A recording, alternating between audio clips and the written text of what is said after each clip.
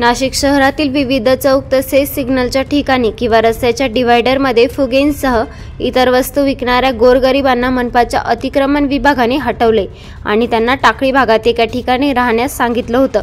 मात्र ज्या ठिकाणी ते राहत होते त्या खाजगी प्लॉट असल्यामुळे आणि तेथे बांधकाम केल्यामुळे त्या गोरगरिबांना तेथून देखील हाकलण्यात आले। यावेळी संतप्त झालेले अनेक गोरगरिबांनी मनपा मुख्यालयावर धाव घेतली असून घराची मागणी केली।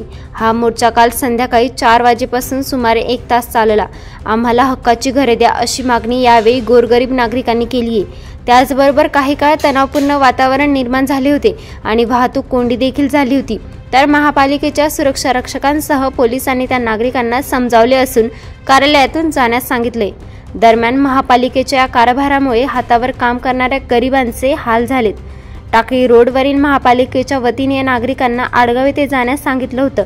मात्र त्या ठिकाणी मोठ्या प्रमाणात घाण कचरा आणि गवत असल्यामुळे नागरिकांनी तेथे राहण्यास नकार दिलाय आणि आपला मोर्चा थेट मनपा कार्यालयावर आणला होता। ब्युरो रिपोर्ट, सप्रेम मराठी।